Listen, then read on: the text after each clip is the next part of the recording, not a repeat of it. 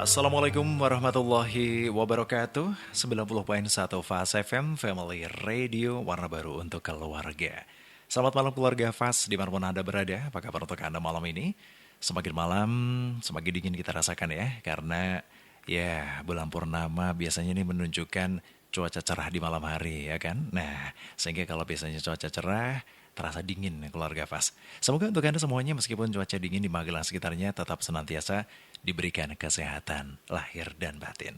Dan di malam ini, Selasa 20 Agustus 2024, hadir kembali ke tengah ruang dengan Anda program kesayangan Anda keluarga Fas, Baiti Janati, Rumahku Surgaku. Yang dimana malam ini nanti kita bisa ngaji bareng, sharing, dan tentu ada beberapa ilmu yang berkah dan manfaat untuk Anda dan keluarga Anda. Kali ini kita juga terhadir di studio, keluarga Fas maksud kami, sudah berkenan hadir di studio Fas FM bersama dengan Ustadz Nur Rahim. Kita sapa terlebih dahulu. Assalamualaikum, selamat malam Ustadz Nur Rahim. Waalaikumsalam warahmatullahi wabarakatuh. Selamat malam Mas Dimas. Selamat malam. Apa kabar Ustadz, sehat? Alhamdulillah, bikhair, sehat walafiat. Sehat walafiat, luar biasa. Meskipun ya kadang-kadang kita harus merelakan waktu di perjalanan ya. Masih ada beberapa jalan yang dibangun ya, sehingga kita membuat ya harus sabar gitu Ustaz. Belum lagi karnaval ini masih. Oh iya, karnaval ya. Iya. Soalnya di pekan ini kan masih ada suasana gegap gempita Agustus masih. ya. Jadi kalau kita berbicara karnaval 17 Agustus ini setiap desa mempunyai potensi budaya. Masih ada Punya ciri khasnya sendiri-sendiri. Ciri khasnya. Acaranya juga sendiri-sendiri. Dan itu luar biasa Mas Dimas. Kemarin perjalanan ya lumayan lah, bisa menikmati perjalanan lebih lama gitu. Biasanya setengah jam sudah nyampe, ini bisa 2 jam. Bisa 2 jam gitu ya. Sambil menikmati ini. Sambil menikmati ya. Perjalanan lah. Oke, baik. Bagaimana kemarin dengan siswa-siswa dan juga para santri yang bertugas ketika peringatan 17 Agustus? Ya, kemarin alhamdulillah pada tanggal 17 hari Sabtu kemarin di pondok kami, di pesantren kami mengadakan upacara yang dihadiri oleh beliau Al-Mukarram Romo Kiai Haji Muhammad Yusuf Fudori beserta Ibu Nyai. Dan itu diikuti dengan khidmah oleh seluruh para santri, bisa menikmati dan bisa menghayati, yang pasti bisa menghayati makna-makna dari upacara itu sendiri Mas Dimas. Begitu ya. Oke, tentu dirangkai dengan beberapa kegiatan yang lainnya ya. Ya. Bagaimana dengan masyarakat juga ikut dihadirkan? Kalau kemarin hanya sebagian kecil saja sih yang diundang itu untuk bisa hadir, dan karena memang di hari dan di waktu yang sama itu di pedesaan, di sekolah-sekolah di luar juga sama melaksanakan upacara gitu ya. Oke, jadi seluruh instansi baik pemerintah pendidikan juga melakukan hal yang sama ya. Ya, tadi kembali lagi karnaval banyak sekali, ada yang tematik, ada juga yang asal tampil ya. Dan yang kemarin juga jadi sesuatu hal yang unik adalah kemacetannya memang luar biasa ya. Ya gimana Pak Ustadz? Ini biasa ya, macet itu biasa ya?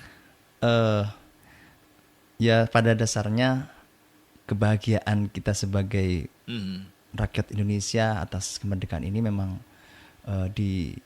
harus ditunjukkan Mas Dimas ya. Meskipun terkadang ya ada sedikit yang menghambat terutama perjalanan ini. Tapi kalau dipikir juga tidak setiap hari juga kayak gitu. Setiap hari juga gitu ya. Jadi saya kira ya masih dalam batas-batas yang wajar lah. Betul. Asalkan tidak tiap hari saja gitu.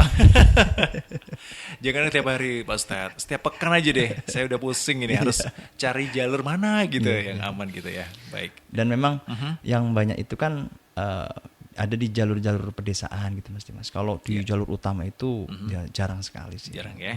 Oke, baik. Terima kasih Pak Ustadz. Selamat datang juga di Baiti Janati ya. Dan semoga nanti keluarga Fas bisa bergabung bersama kami. Kami undang juga untuk keluarga Fas untuk bisa bergabung bersama kami di 0815 7870 9640-nya.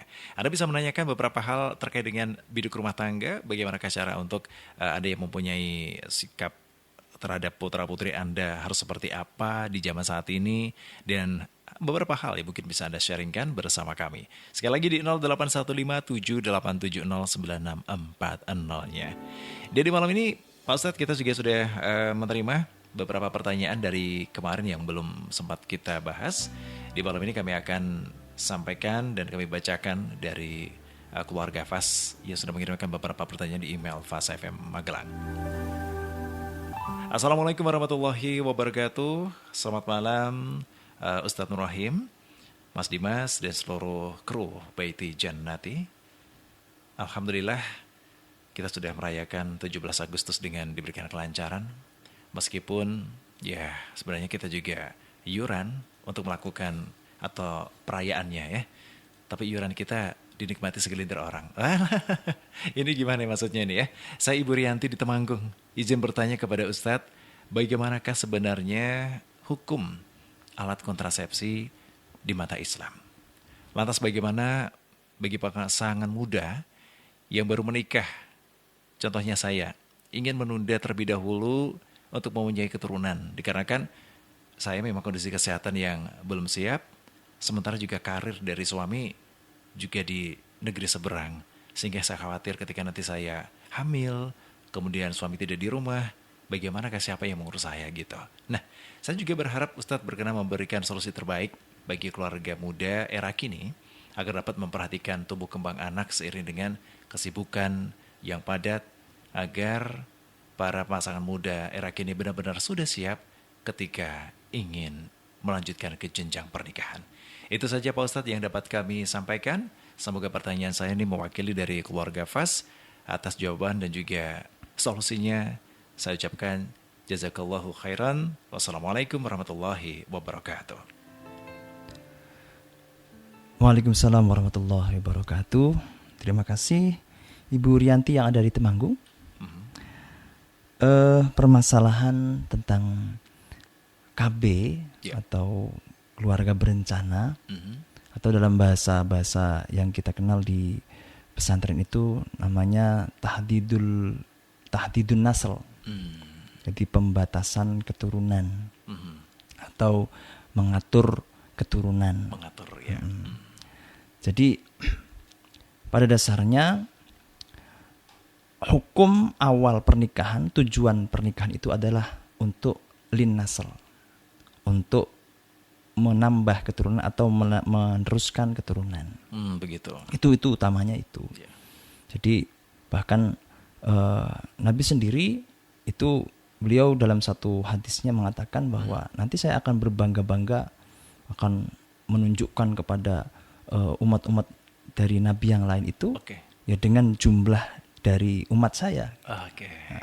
Nah, kan jumlah itu tentu akan berkaitan dengan keturunan. Bahasa biologinya berkembang biak. Berkembang biak gitu ya Mas Dimas. Oke. Dan Nabi akan berbangga untuk itu. Nah, keturunan atau nasl itu sebenarnya adalah fitrah yang memang Allah sudah gariskan untuk manusia. Kalau seumpamanya berbicara tentang khalifatullah atau pengganti Allah di muka bumi ini, tentu kaitannya akan dengan bagaimana manusia itu nanti akan terus berkesinambungan menjaga bumi ini. Tidak putus dalam satu generasi gitu Mas Dimas. Artinya berketurunan. Itu sebuah sunatullah. Artinya kalau seumpamanya ingin melanjutkan atau ingin menjaga bumi ini, tentu ya dengan pergantian generasi dari satu generasi ke generasi yang lain. Dan itu harus dengan berkembang biak dalam bahasa itu. Tanpa itu tidak bisa kayak gitu loh. Tanpa itu tidak bisa. Allah sudah tidak akan menciptakan manusia seperti menciptakan Nabi Adam yang diciptakan dari tanah gitu Mas Dimas ya. Dan betapa mengerikannya ketika Allah menciptakan manusia langsung seperti Nabi Adam gitu Mas Dimas. Sore-sore itu orang-orang sedang duduk di belakang rumah. Lek, sik ngopo lek? Sik nunggu anaknya jedul. Sik nyetak. Kayak batu bata. Dan ya cukup Nabi Adam sajalah. Artinya selain Nabiullah Adam alaihissalam, maka proses regenerasi itu dilakukan dengan nasl itu, dengan melanjutkan keturunan. Hmm. Jadi itu sebuah fitrah. Oke. Fitrah. Dan ini menjadi suci. Menjadi suci karena ini adalah merupakan titah dari Allah. Kita memang ditakdirkan untuk melanjutkan, untuk terus berregenerasi, untuk menjaga dunia ini, untuk kemudian nanti perjalanan kita sampai nanti ke akhirat. Nah, itu di antara tugas-tugas kita sebagai manusia. Itu suci. Tugas itu adalah tugas suci. Yeah. Artinya hubungan antara laki-laki perempuan dalam sebuah ikatan Pernikahan. yang kemudian pernikahan itu harus dijaga kesuciannya. Makanya ada tata cara, ada mekanisme yang mengatur itu sehingga kesucian nasl ini atau melanjutkan keturunan ini ya bisa dipertahankan. Alhamdulillah. Ora terus sak karepe dhewe kayak wedhus. Asal tunjang aja. Tidak Jadi ya ada aturannya. Karena memang ini suci kayak gitu Mas Dimas. Ini suci. Misi yang dibawa manusia itu ya misi yang suci. Yaitu untuk melanjutkan proses kehidupan di dunia ini. Nah, itu ada nanti pernikahan. Kemudian dalam perjalanannya tentu tidak semua orang memiliki kesempatan yang sama. Yeah. Artinya ada orang yang memiliki kelonggaran dalam rezeki. Sebaliknya juga ada yang kurang dalam rezeki. Dalam arti takarannya ini loh Mas Dimas. Yeah.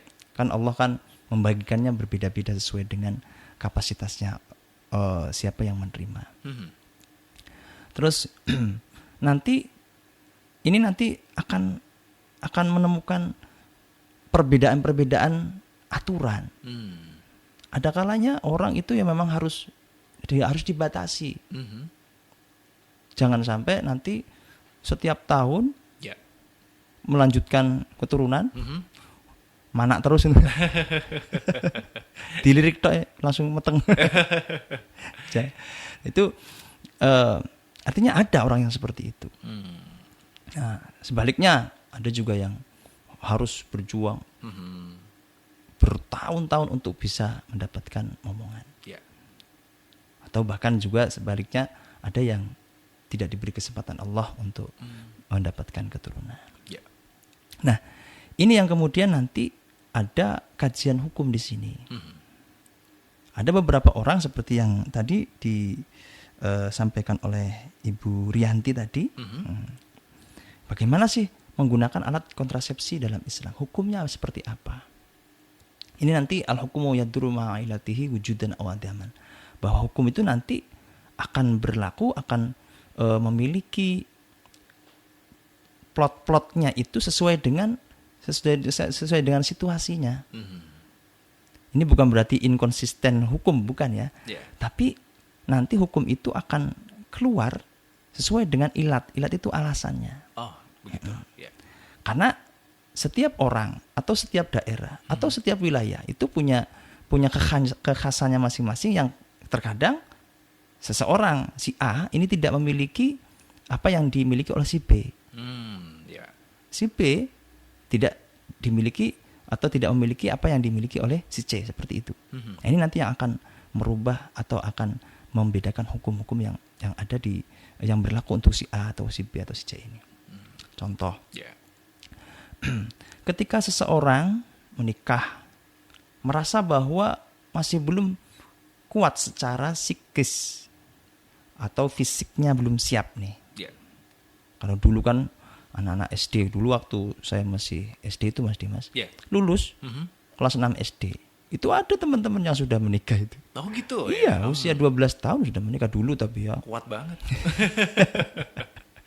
Kuat menghadapi keluarga gitu ya. Oke. Itu dulu Mas, dulu ya. Kemudian tentu secara fisik dan psikis ini masih belum siap. Masih belum siap. Artinya kalau seumpamanya menempuh jalan untuk menunda, dalam tanda kutip menunda. Kalau menunda kan berarti mangkeh-mangkeh lah. Oke. Nunggu siapnya, atau kalau sudah fisik sudah siap, psikisnya juga sudah siap, karena nanti memiliki anak itu tidak semudah itu, Ferguso. Iya dong, ya. Apalagi mentalnya juga belum siap. Mentalnya harus siap. Wah, ini. Jadi tidak semudah membalikkan telapak tangan lah memiliki anak itu. Iya, apalagi membalikan badan. Karena memang tanggung jawabnya besar. Iya. Kemudian juga nanti belum lagi ada waktu yang tersisa untuk mengasuh anak dan sebagainya lah, itu hal-hal yang harus dipikirkan oleh pasangan sebuah pernikahan. Nah, ketika baik laki-laki atau perempuan ini tidak memiliki kesiapan untuk itu, Iya. maka melakukan atau menempuh jalan untuk menunda itu tidak ada masalah, Mas Dimas. Begitu. Para ulama itu hanya melabeli tidak dianjurkan. Artinya makruh.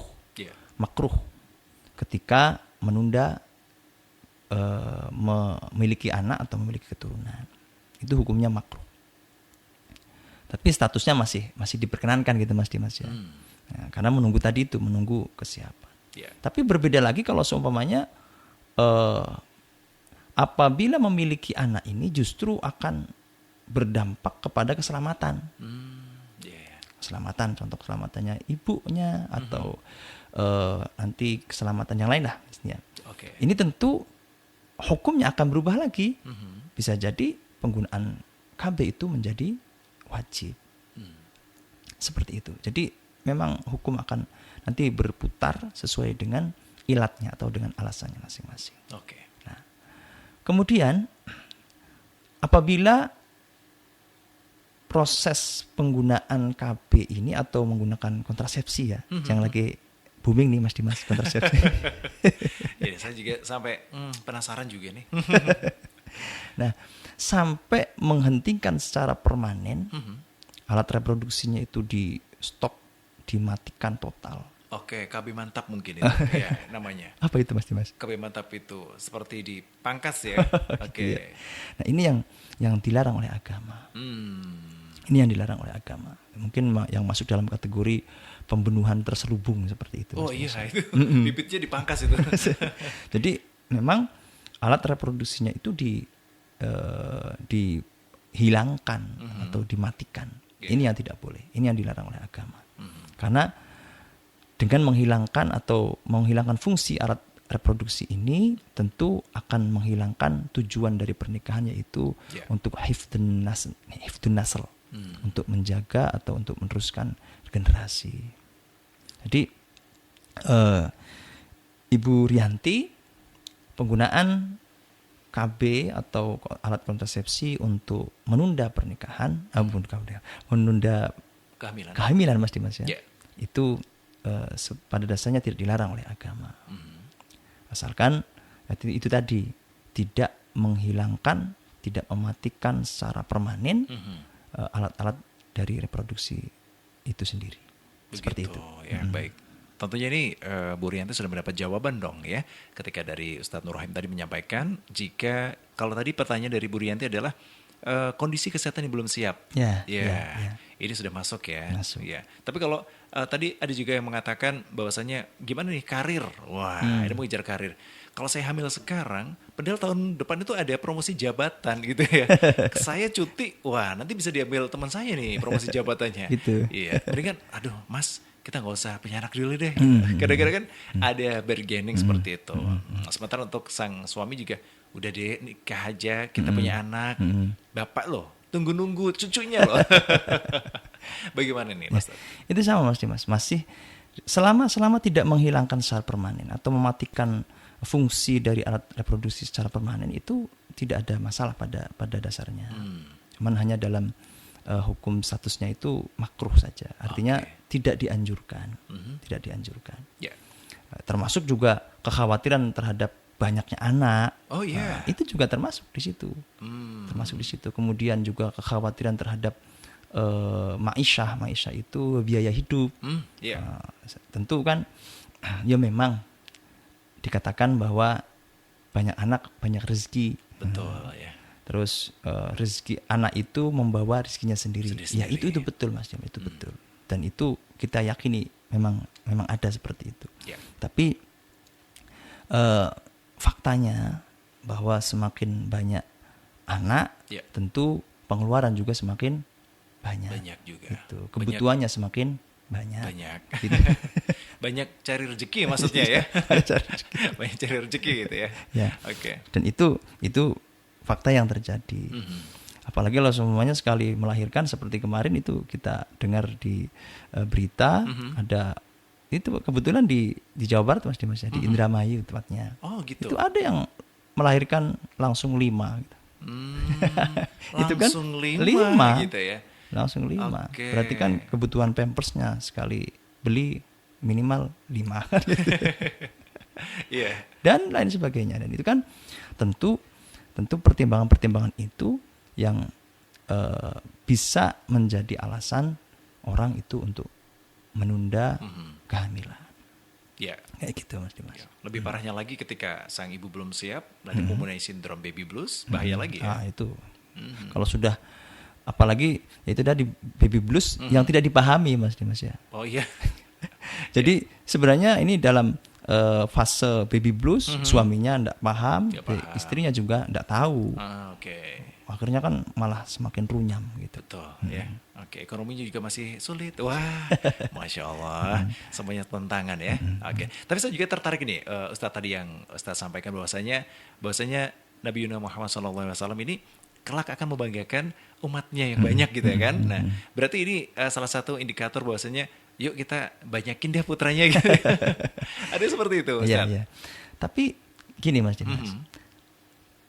Rasulullah Muhammad SAW ketika beliau itu ngendiko satu ungkapan, itu kita tidak bisa memahaminya dalam satu perspektif saja. Karena Rasulullah itu di antara mukjizatnya beliau ketika mau mengungkapkan sesuatu apapun, itu ketika dilihat dari perspektif apapun nanti akan memiliki tafsiran yang berbeda-beda. Dan itu semuanya tepat kayak gitu loh. Ya, alhamdulillah. Semuanya tepat, semuanya selaras. Dan ada ulama yang mengatakan bahwa ketika Rasulullah itu mengatakan bahwa saya akan berbangga dengan umat saya, dengan jumlahnya umat saya. Yeah. Konteksnya dulu karena memang saat Rasulullah hidup itu ya umat Islam masih sedikit. Mas. Tapi sebenarnya para ulama juga ada yang mengatakan bahwa yang disampaikan oleh Rasulullah sebenarnya adalah makna secara kontekstual. Oke, berarti itu yang disampaikan Rasulullah adalah kualitas mungkin, bukan kuantitas bukan, ya. Okay. Bukan. Akan berbangga dengan kualitas dari umatnya. Kayak gitu. Dan ini yang harus kita pahami juga karena Rasulullah itu sekali ngendiko itu bukan hanya satu bahasanya itu saklek gitu ya, hanya secara tekstual saja. Ada makna-makna kontekstual yang harus kita pahami. Ada istilah namanya itu maqasidus syariah. Itu tujuannya apa nih? Kayak gitu. Seperti tentu yang dibanggakan dalam konteks dibanggakan dengan umat-umat yang lain itu ya bukan sekedar kuantitas saja. Kalau kuantitas banyak tapi tidak berkualitas kan dihitung sedikit Mas. Orang juara satu itu hanya satu, tapi bandingkan dengan orang yang mengikuti kejuaraan tersebut. Yang dihitung kan cuma yang juara satu itu, 1, 2, 3 lah ya. Nah, artinya yang dihitung yang kualitas ini. Betul. Yang akan tampak itu ya juara 1, 2, 3. Padahal pesertanya bisa jadi ribuan. Nah, yang ribuan itu kemana? Ya tidak dilihat lah. Kayak gitu loh. Ibaratnya seperti itu. Rasulullah akan berbangga dengan umatnya tentu dengan umat yang berkualitas. Seperti itu. Itu konteksnya seperti itu. Baik.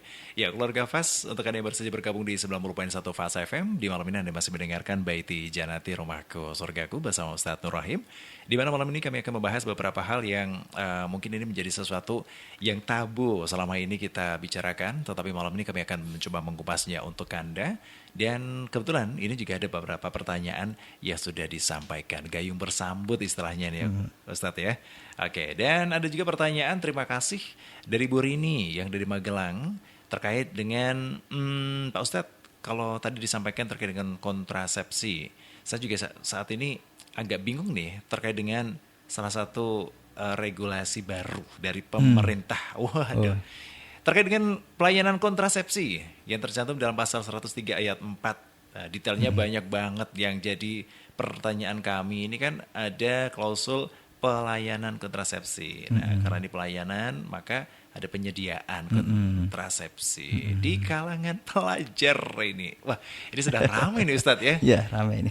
Saya jadi ingin belajar lagi. Pengen sekolah lagi Mas. Sekolah lagi jadi siswa ini. Klausulnya adalah di kalangan siswa atau kalangan pelajar, remaja. Oke Mas Dimas, sebelum ke situ, sebelum ke polemik kontrasepsi ini, Mas, karena ini juga sebenarnya masih multi tafsir, masih multi persepsi. Setiap orang sekarang masih menyampaikan apa yang ada dalam benaknya gitu. Apa yang ditangkap gitu. Ya bisa jadi ekstrimnya ketika menyediakan alat kontrasepsi. Mesti pikiran simpelnya itu kan nanti bayangkan anak-anak sekolah itu dikasih satu persatu gitu. Iya. Edukasi, konseling, ya dikasih. Gitu kan. Itu kan pikiran ekstrim ya, atau persepsi yang ekstrim sekali ya. Saya kira tentu pemerintah seharusnya sebelum sampai ke wilayah disepakati atau ditandatangani itu oleh presiden loh ini. Presiden, soalnya ini kan peraturan pemerintah langsung ditangani oleh beliau. Tentu seharusnya melibatkan beberapa elemen yang punya kapasitas dan punya kemampuan untuk menjelaskan itu ke masyarakat. Oh ya, meskipun ini dinas kesehatan harusnya lintas kementerian bisa ya. Jadi pokoknya memang di dinas kesehatan, tapi kan ada nanti tokoh keagamaan juga yang berperan untuk itu. Dan mungkin juga redaksinya mungkin Mas Dimas ya. Redaksinya yang kiranya jangan sampai bias seperti sekarang ini. Karena ya liar sekali nih. Menyediakan. Menyediakan berarti kan ya disediakan gitu. Disediakan ya. Ya mungkin tujuannya pemerintah baik untuk menjaga alat reproduksi generasi muda, kemudian tujuannya untuk jangan sampai terjadi kehamilan kayak gitu. Terus dan mungkin tujuan-tujuan yang lain yang saya kira baik menurut pemerintah dan menurut kita juga baik. Tapi harus juga secara proporsional menempatkan peraturan ini bersandingan dengan etika masyarakat, etika yang bisa kita kenal sampai sekarang ini. Artinya oke lah, sampai kapanpun keyakinan dan kepercayaan kita bahwa zina itu adalah sesuatu atau tindakan dosa besar. Udah sampai kapanpun itu Mas Dimas. Sampai kapanpun. Itu sudah jelas. Dalam Al-Quran sudah jelas dikatakan wala taqrabuz zina. Itu juga kan perlu diperhatikan. Jangan sampai begini.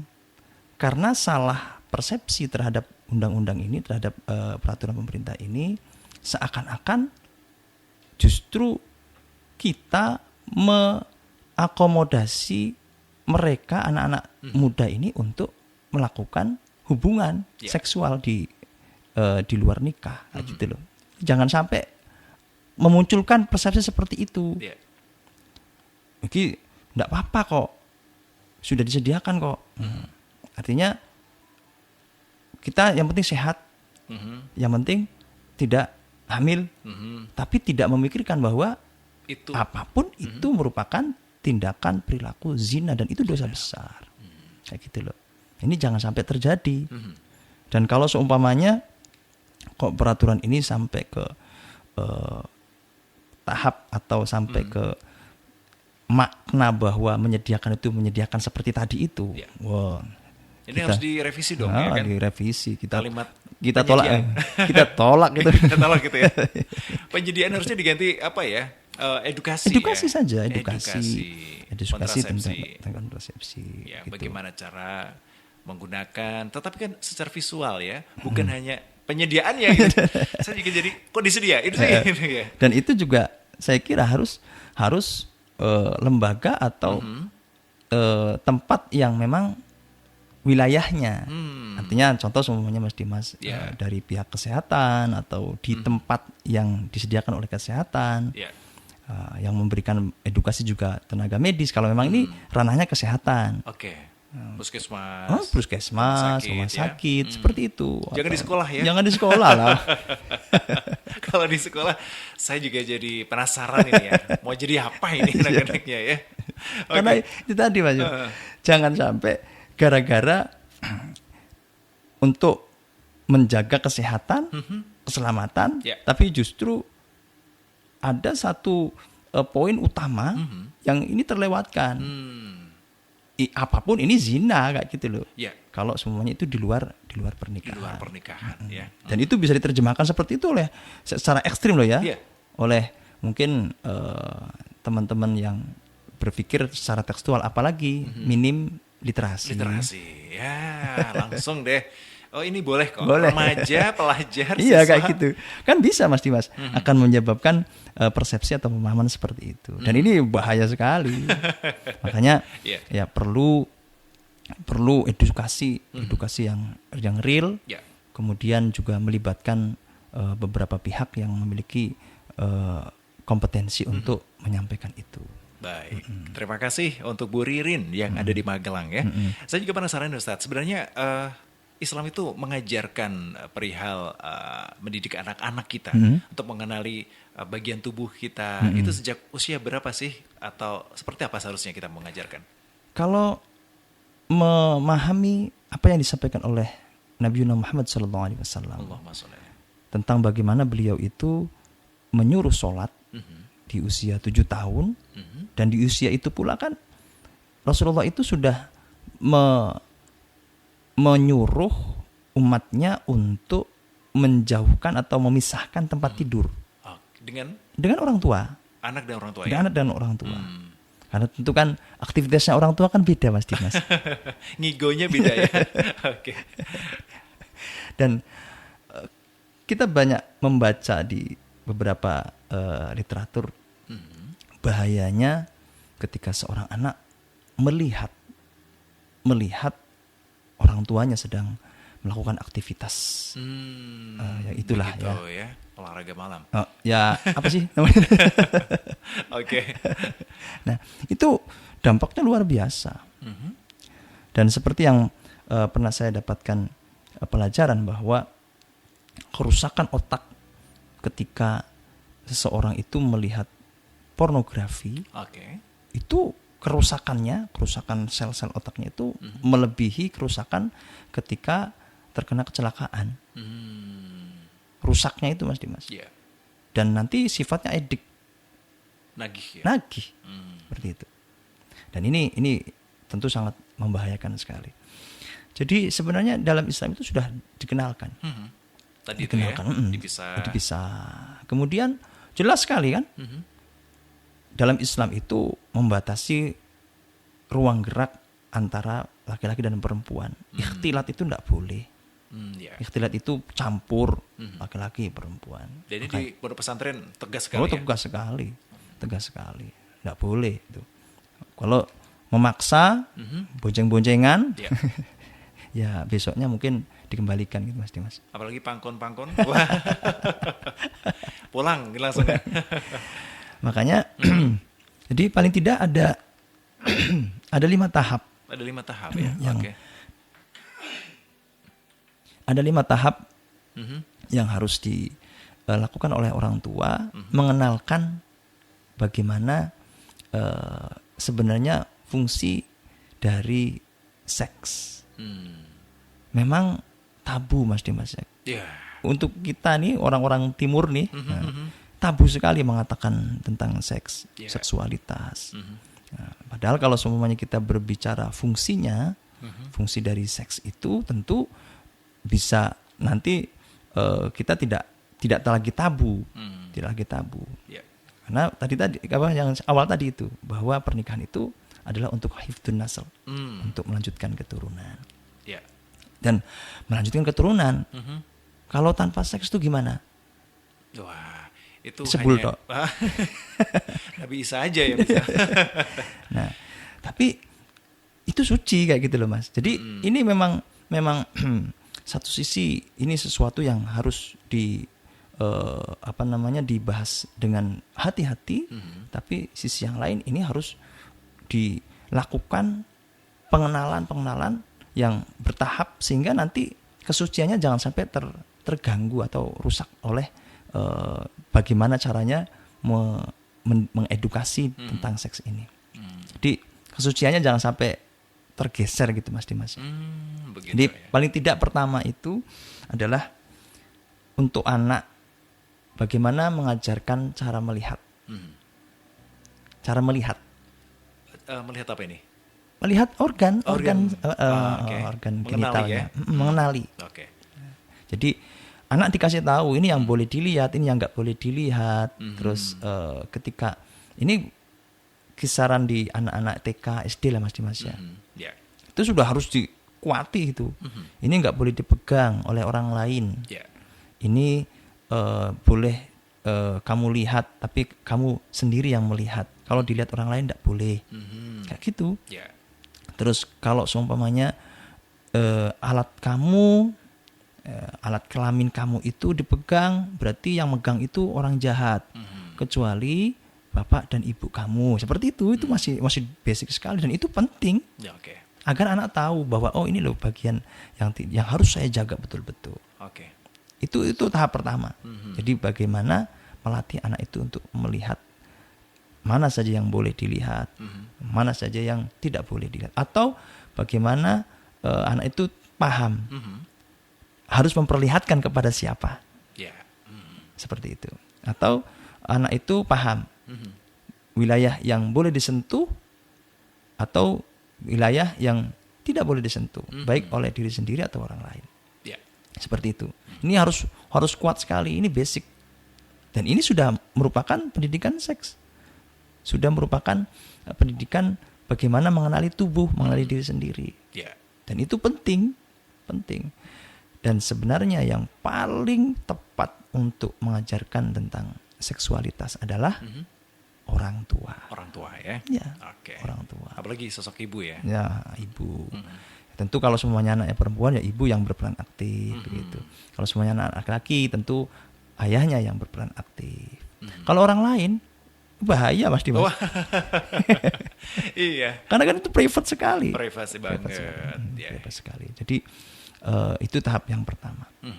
Kemudian tahap yang kedua yaitu menghindarkan anak-anak terhadap sesuatu yang bisa menyebabkan munculnya rangsangan. Contoh semuanya. Sering mengajak ke tempat yang banyak lawan jenis di situ. Oke. Ini jangan sering-sering diajak seperti itu.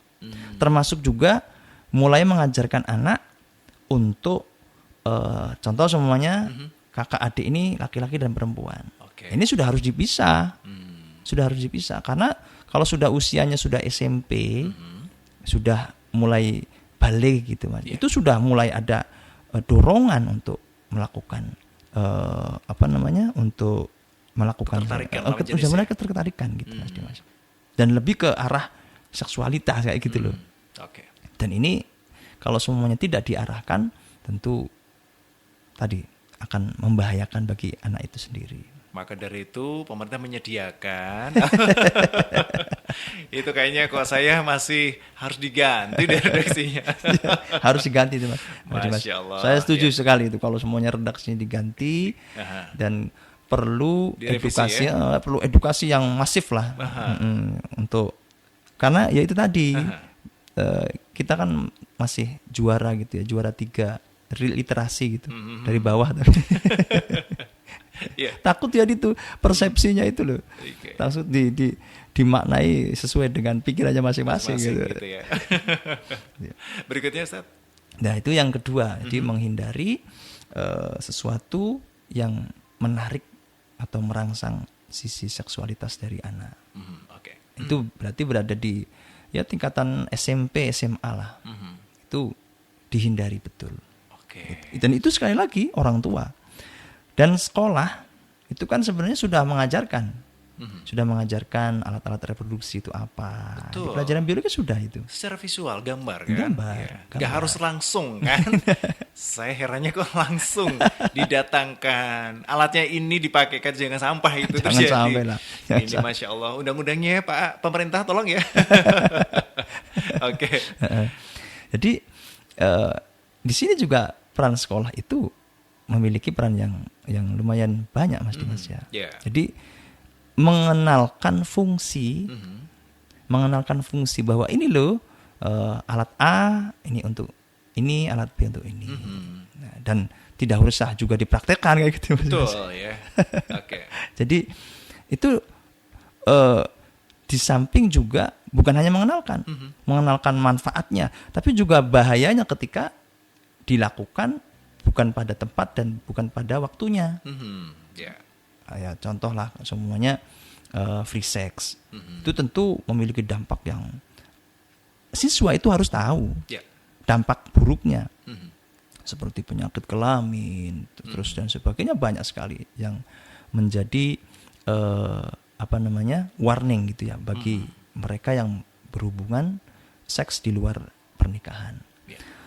Di samping penegasan tentu dengan pendekatan spiritual bahwa apapun yang dilakukan, hubungan di luar pernikahan, hubungan suami istri tapi di luar pernikahan, itu adalah dosa besar. Itu dikuatkan sekali. Jadi bukan hanya sekedar pengetahuan secara ilmu biologi saja, tapi didasari dengan ilmu agama, dengan pendekatan spiritual. Dan itu lebih kuat. Ketika anak itu memiliki kemampuan untuk mengetahui, menyadari bahwa apa yang dilakukannya ini adalah dosa besar, itu lebih rem. Remnya itu rem Brembo ini Mas. Pakem ya? Maksud ABS. ABS. Nah, Okay. itu yang kedua. Kemudian yang ketiga, jadi mulai mengajarkan anak tentang ilmu fikih. Yang berkaitan dengan alat-alat yang sifatnya seksualitas. Oke. Baik menyucikan, baik yang seperti apa? Iya, kan kalau perempuan itu kan ada istilah haid, ada kemudian darah itu ada darah istihadhah, kemudian ada darah haid, kemudian darah nifas dan sebagainya.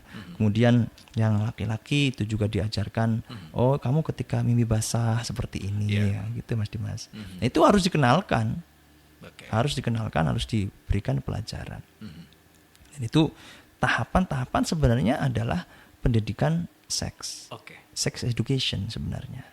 Dan itu dalam dunia pesantren pun ya sudah diajarkan. Begitu. Ada kitab-kitab yang spesifik membahas tentang bagaimana sih berumah tangga. Ada kitab Qurratul Uyun, ada Fathul Izar kayak gitu. Itu di pondok pesantren juga ada ya? Ada. Terutama kalau di pesantren kami itu di kelas 3 di SMA. SMA. Itu dibekali, anak-anak dibekali. Barangkali gitu. Tadi ya. Ya barangkali Mas Dimas pulang dari wisuda langsung dijodohkan atau ketemu jodohnya di rumah kayak gitu loh. Karena memang ada ini. Jadi hari ini wisuda, terus kemudian besoknya anak-anak itu pulang. Saya pernah satu kali mendapat WA gitu dari alumni. Assalamualaikum Pak Ustadz, mengirimkan gambar cincin 2. Ini maksudnya apa? Saya bilang. Saya ditersenani tanggane Pak. Masya Allah. Nah, tapi kan alhamdulillahnya anak-anak itu kan sudah mendapatkan bekal. Dan usianya sudah pas ya. Sudah matang lah ya. Artinya pembekalan dari pesantren itu sudah ada. Basicnya sudah kami berikan kepada anak-anak. Dan ini memang untuk spesial untuk anak kelas 3. Anak kelas 3 SMA, SMK itu ada kitab namanya Qurratul Uyun, yang mana di situ nanti dibahas tentang bukan hanya tentang seks, tapi mengenalkan juga, mengajarkan tentang tanggung jawab. Apa sih tanggung jawabnya istri? Apa sih tanggung jawabnya suami? Semuanya dibahas di situ. Itu termasuk adalah dari bagian dari sex education. Sex education ya. Ya, Oke, betul. ya. Jadi di pondok pesantren sudah dibentengi, dibekali dengan model pendidikan yang Masya Allah luar biasa sekali sebenarnya ya.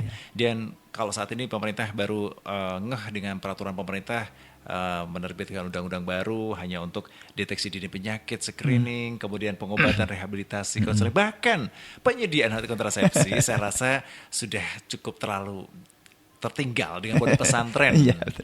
Masya Allah. Masih gemes saya.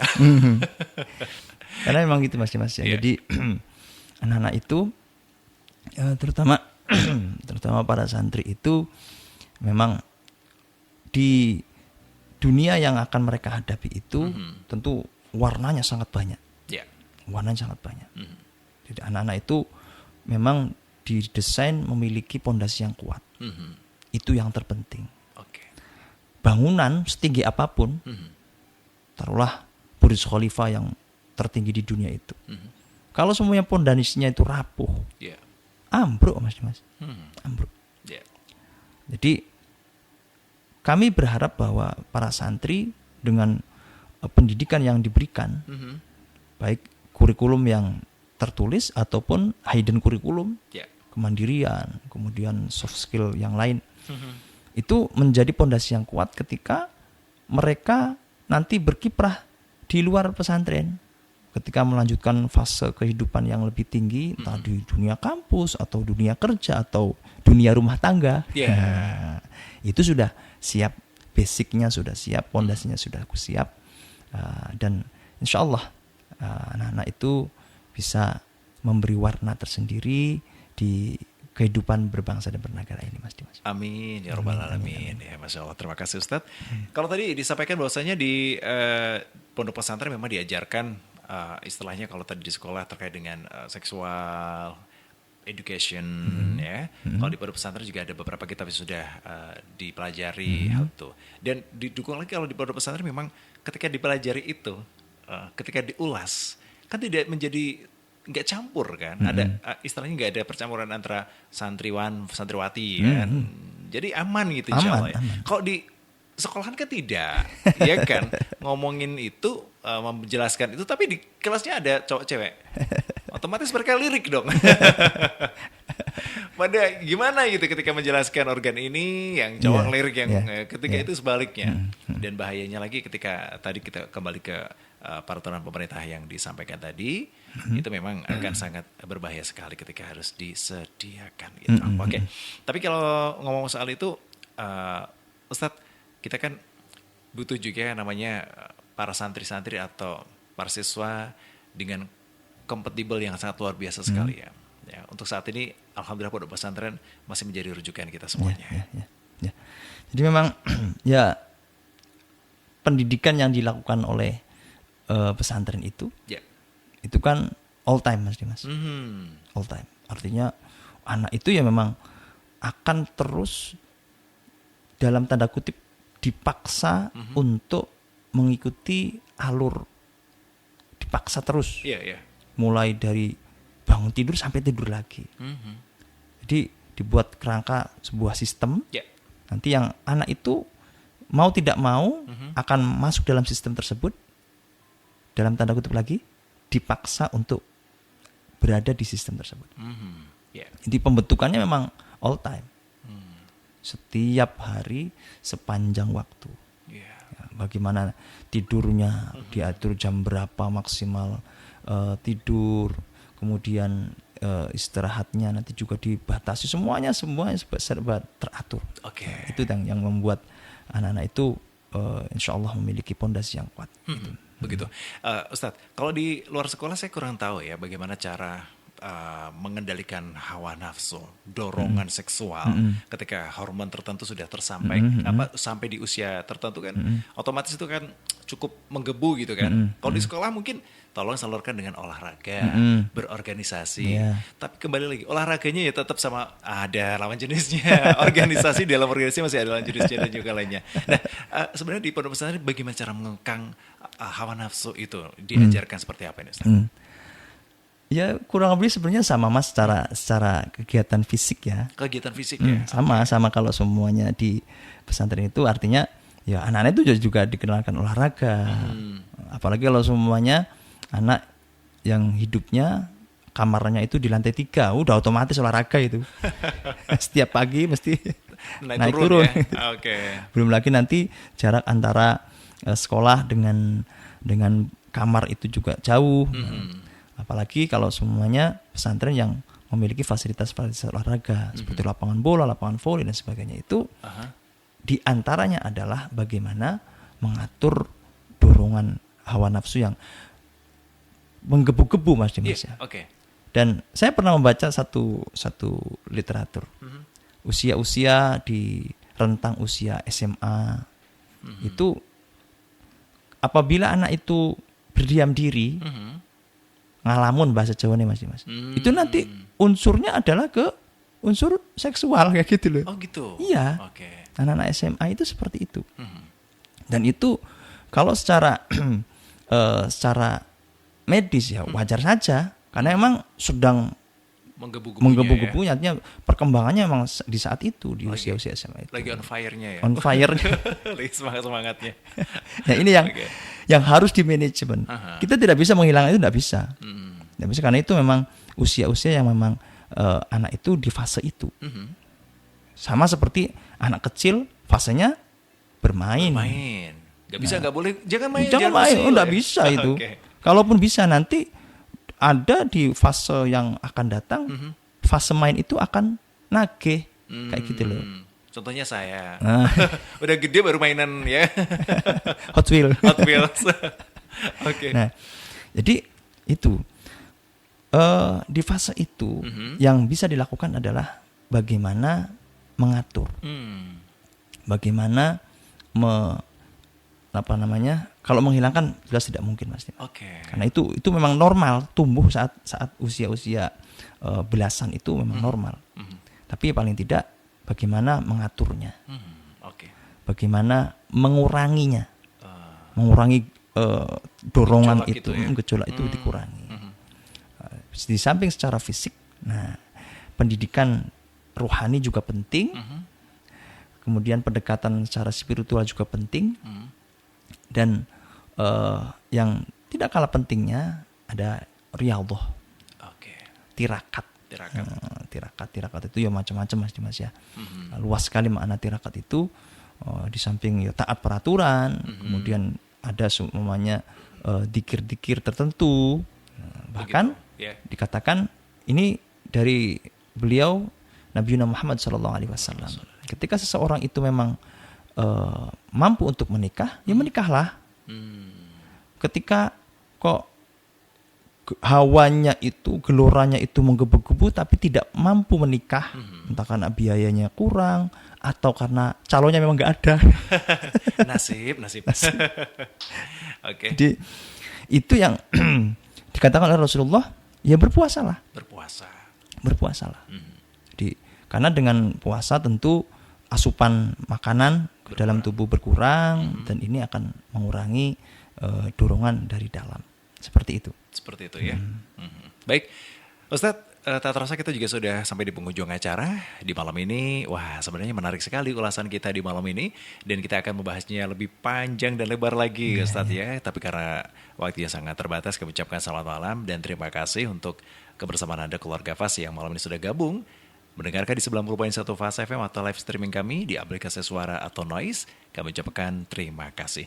Untuk beberapa pertanyaan yang malam ini belum sempat kami bahas, insya Allah di kesempatan yang akan datang kami akan membahasnya untuk Anda keluarga FAS. Dan pastikan untuk Anda bisa mendengarkan kembali siaran ulang kami Baiti Janati di hari Jumat pukul 10.30 waktu Indonesia Barat. Sebelum kami untuk pamit undur diri, kita dengarkan dulu closing statement dari Ustadz Nur Rahim. Baik, bahwa Rasulullah Muhammad SAW akan berbangga dengan umatnya kelak. Dan beliau membanggakan ini terhadap umat-umat Nabi terdahulu.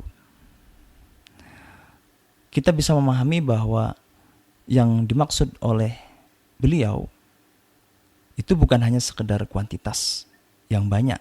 Karena memang terbukti umat Nabi Muhammad SAW adalah memiliki jumlah yang paling banyak dibanding dengan jumlah dari umat nabi-nabi yang lain. Tapi lebih dari itu, bahwa yang dimaksud oleh Rasulullah adalah, yang membanggakan adalah kualitas dari umatnya. Dan ini yang terpenting. Karena bagaimanapun dalam sebuah pertandingan yang akan tampak adalah sang juara. 1, 2, 3, 4, atau 5. Peserta yang lain tentu tidak akan tampak. Artinya secara kuantitas peserta dalam sebuah lomba itu banyak. Tapi tentu yang akan tampak dan terlihat adalah yang berkualitas dan dalam hal ini menjadi juaranya. Tentu harapan dari beliau Nabi Muhammad SAW adalah yang membanggakan dari umatnya adalah mereka-mereka yang menjadi juara, mereka-mereka yang hebat, yang memiliki kemampuan dalam spiritual, ketangguhan dalam menjalani kehidupan, sehingga menjadi orang-orang yang selamat baik di dunia maupun di akhirat. Amin, Allahumma amin. Terima kasih Ustadz, dan selamat malam juga untuk keluarga FAS. Untuk Anda yang sudah berkenan bergabung, sekali lagi ucapkan selamat malam. Terima kasih untuk kebersamaan Anda. Dari Jalan KH Hasyim Asy'ari nomor 7 Pakutan Tegarjo Magelang, saya Dimas Saputra bersama Ustadz Turhaim untuk pamit undur diri. Selamat malam, selamat beristirahat, dan wassalamualaikum warahmatullahi wabarakatuh.